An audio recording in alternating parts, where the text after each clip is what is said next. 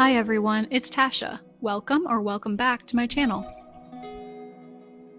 Thank you for joining me today to come and check out my living room makeover. This has been a long time coming, but I'm someone who likes to really take my time when I'm going to make a transition, especially when it's one that involves moving all of the furniture in a room, because that's kind of an undertaking.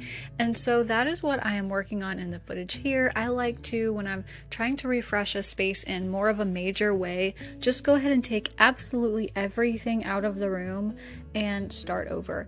And so in this case, I definitely had to move everything because I'm going to be switching out this rug. Now this rug we've had for a while, a couple of years now, and I do like it, but it's one of the flat weave rugs from the Loy, and I'm looking to add a rug that has a little bit more of a padding, more of a plush rug, and so I'm really excited about my selection and putting that one in. As you can tell, I have a little helper that is going to be under my feet in this video, so you will see Curry pop up a few times. So let's see, in addition to the picture frame, we also have a random curtain hook, part of a leaf, and some kinetic sand underneath the coffee table for a fun surprise. Many of you have let me know that you really like this current rug that's in this space, and I like it too. We've just had it for a few years now, and I'm ready for a change for several reasons. And so I'm going to be selling this one on Facebook Marketplace and getting it out of my way and into the hands of someone else who will love it. I was just giving it a good vacuum for that reason. I posted this on Marketplace and it actually sold within the first 5 minutes, and the person came the same day to pick it up, so that was super easy. I'm just cleaning it, making sure it's spotless, rolling it up for them, and putting it on the porch. Meanwhile, I also want to go ahead and give the floor a good clean before I put the new rug down, just for peace of mind, because somehow things end up underneath even where the rug was, so I'm just cleaning everything. Found some play money under the curtains. That's mine now.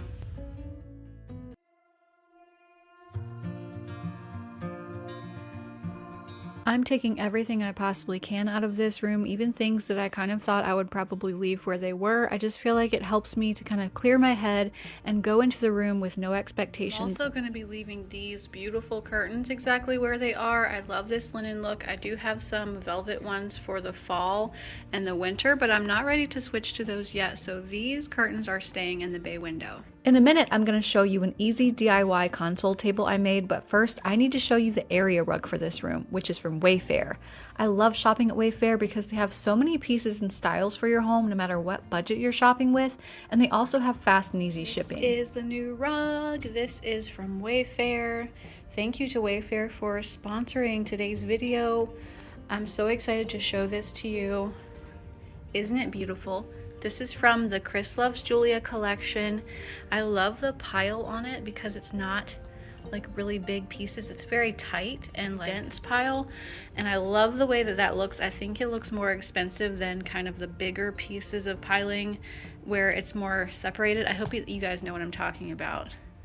I think that Curry really loves it too. It has a little bit of blue in it. It has some ivory kind of cream, and it has some taupe, and also just a little bit of this kind of sand beige color. So what I like is that it doesn't read as it's too busy when you look at it all together.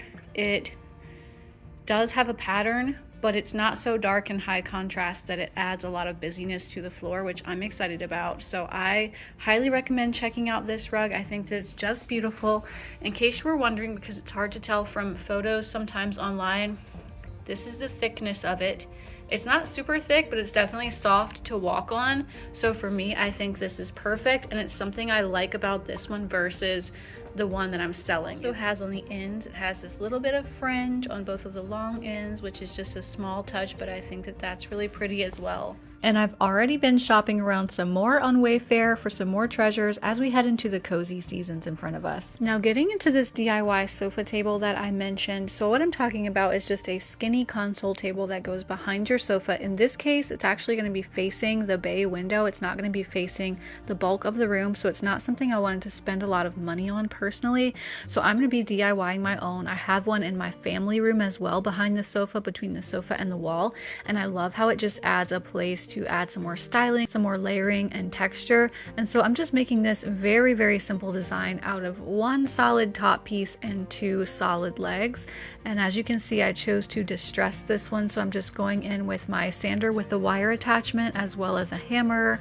You can use the front side of the hammer, the claw side of the hammer, a chisel set, any way that you want to really beat it up and make it look antiqued.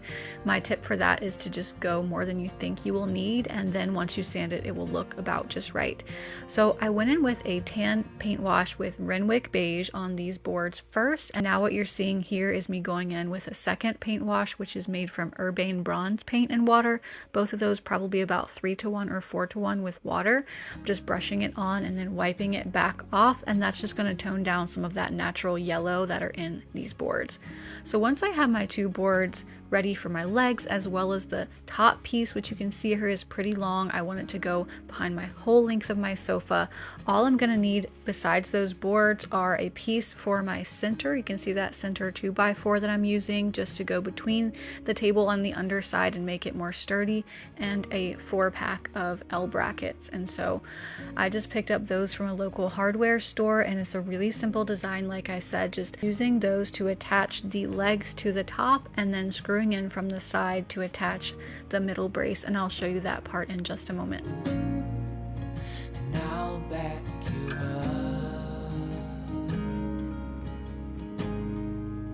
wherever you. So that was me attaching the legs to the top, and then this is me, it's so hot outside, so I ended up coming in for part of this, screwing a long screw in from the side, from the outside, just to attach that center board that I'm using as my brace board underneath, and then this is the final product. So as promised, a very, very simple design just to give yourself a surface to work on with decorating, adding some decor touches behind your sofa. And I actually really, really like this piece. I would say not to skip the paint washes over the top to get it to be a more neutral and kind of earthy color, but really nice. This did take me a while just to do the distressing, but otherwise it was really not difficult at all. Just wanted to quickly vacuum under my sofa before I put the cushions back on and get this all back into place, because life happens and we get crumbs under our sofas and things. Even though we don't even eat in this room, I don't even know how it happens, but I think it's universal. Sofas end up with things under the cushions, so I'm just giving this a nice clean and then putting it all back into place. I'm not going to really be changing the placement of my furniture in here, although what I'm thinking at this stage in the process is that I really would prefer a different sofa in this room at this point. I'm not going to get one for this particular makeover, but I do have my eye out for one. I'm shopping for something that's a little more streamlined, maybe with one cushion across the bottom and the back instead of the 3 different segments, just something that looks a little bit more modern and a little bit more high-end maybe. So I'm keeping my eye out, but I'm going to be working with what I have on that front for now. Bringing my coffee table back into place was a little bit difficult, not only because it's really heavy, but also because Curry did not want to get out of the way. As you can see, he was just really happy there and didn't want to move, and was a little bit annoyed with me for moving him, but we got it done eventually. Now this coffee table I picked up from a thrift shop a long while back, and I sanded it down to that oak that you see there. You can watch that process in the video linked right here. I love this coffee table so much and only paid $50 for it, so it's not going anywhere anytime soon. Now I just brought the 2 armchairs back into place as well, and I'm putting my mirror back on my mantle. I did decide that that was probably the best thing for my mantle decor right now, and I'm also bringing back in the little DIY table that I made to go in between these chairs because I really like that there. You can see how I made that one at the video linked above. I'm changing out the tree that I had in my corner though, for one that was actually in our bedroom. This is a Japanese maple that I picked up from Goodwill. I think it was early last year for $40. I really love this tree, and I like how it's unique. It's not one of the typical kind of dusty ficuses that you find at Goodwill. It's actually really nice, high quality, and I love that it's a Japanese maple. You don't see too many of those for sale. I'm just adding a couple of touches in these chairs, things that I know that I want. This thrifted pillow that I picked up just a couple of weeks ago for this makeover, and my throw that I thrifted a long time ago. I think about you all the time, morning, evening, and midnight. Such a wonderful delight. Now Now this is one of my favorite pieces that I've bought secondhand, and I'm moving it to a new spot where it can get a little bit more of the limelight in this room. This I found, if you can believe it or not, this antique olive jar I picked up at a yard sale, and she only wanted $2 for it. It was right alongside these other regular kind of just planters, like terracotta little pots, and she said $2 for any of them, and so that one was $2 as well. So that was probably one of my best finds ever, considering how much those would be somewhere like Olive Atelier or somewhere else online. I could not believe it was only $2. These baskets are going back where they were as well. I use these for my thrifted items that I store when I bring in before I show them to you all, so those are really useful.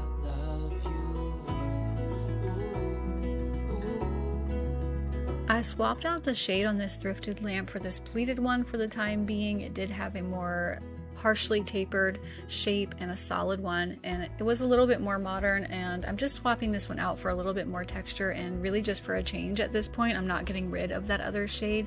This lamp is really cool. It's definitely a vintage piece, and you can see that it has this texture all along the base of it. I think that it's just really cool. I can't remember what I paid for it, but I think it was around $10, which was excellent. My blanket ladder is also going to be getting a little bit of a different home in the room at this point too. I'm putting it on the left side of the fireplace because I'm trying to just kind of balance out the height of the Japanese maple that's on the right side of the fireplace. And this time I'm putting my blankets on it just kind of in a drapey way instead of folded and neat, just for a little bit of added kind of sense of comfort and a little bit of a difference from the previous room.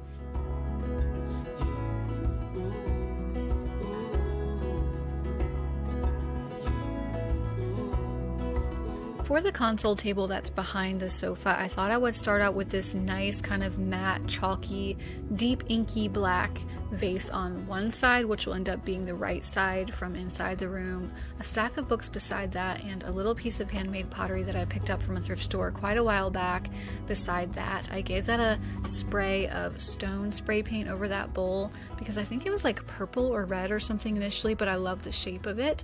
On the other side, I'm adding another stack of books with another vase that I'm actually going to put on top of that stack of books. This one is really beautiful and was thrifted as well. It has a sweet little twisted handle, which I really like.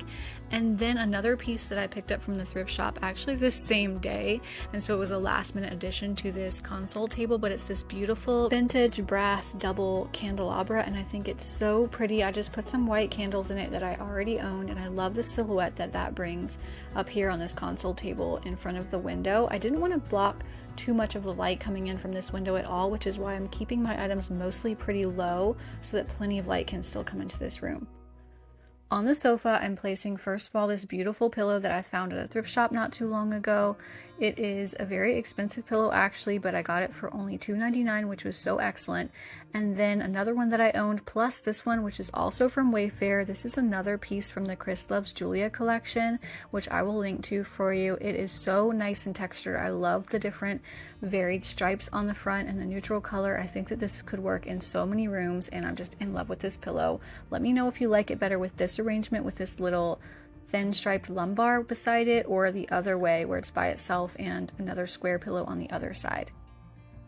For my mantle, I'm just going in beside this mirror with this print that I picked up last season. You've probably seen it before. It was very popular. I still love it this season. It looks black from this shot, but it actually is a nice deep wood tone with a little bit of a twisted detail in it. And then on the left hand side, to kind of balance that out, I'm going in with a thrifted vase with a little bit of a scalloped edge around the top, some cosmos in that, a little green leather box that I also picked up from the thrift shop, actually faux leather, as well as some paper mache beads that I made last year that have kind of been hanging out in the garage and not getting any love. So I'm just going to be trying these out on the mantle and seeing how I like them in here, just for a little bit of an added quirkiness or a little bit of texture up there on the mantle.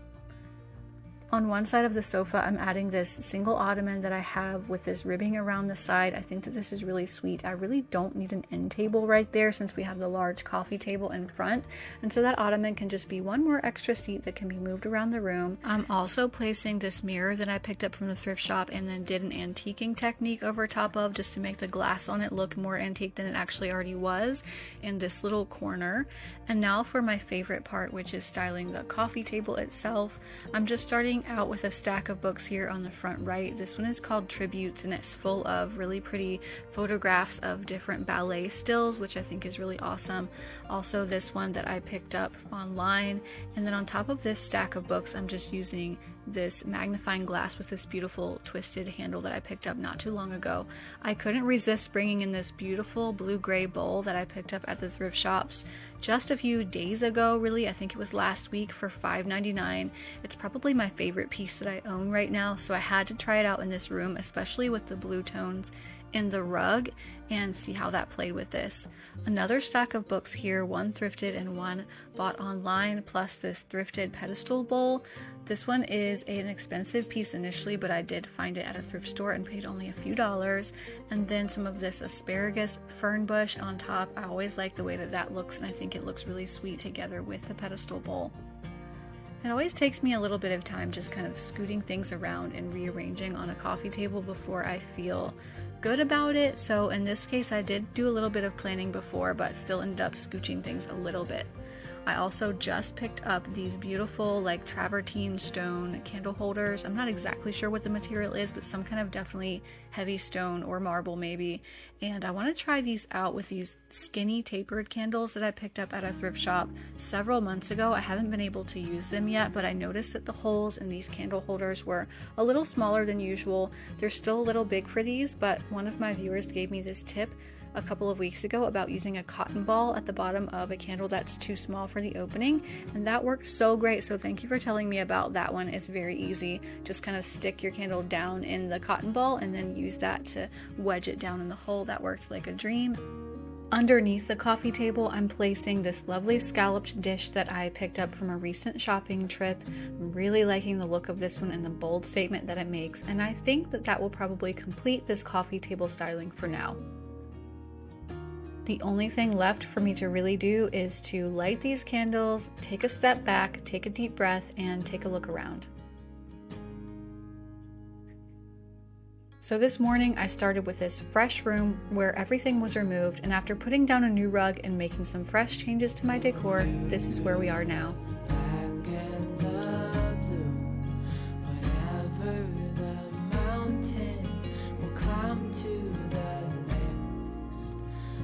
While I'm sure that this room is still going to continue to evolve and bring in new pieces and change things out, maybe add some new elements like a wall treatment of some sort or a paint color change, I am really happy with how this room is right now, and it just makes me feel good to kind of get a totally fresh start, even though a lot of the elements are the same, to just start over on a room, get a new rug down, and then take a fresh look at all of the things in my home that I already owned, as well as just a couple new small pieces, rearrange things. It just gives a breath of fresh life to any room, and it was so fun for me to do. So I hope that you've enjoyed watching that process. Let me know in the comments how you think it turned out and what your favorite aspects were. I really love this Chris Loves Julia rug that I got from Wayfair. Thank you to Wayfair again for sending it so that you could see it up close in person as well. It's just beautiful, and I think it makes the perfect anchor for this room. We'll fix these mistakes.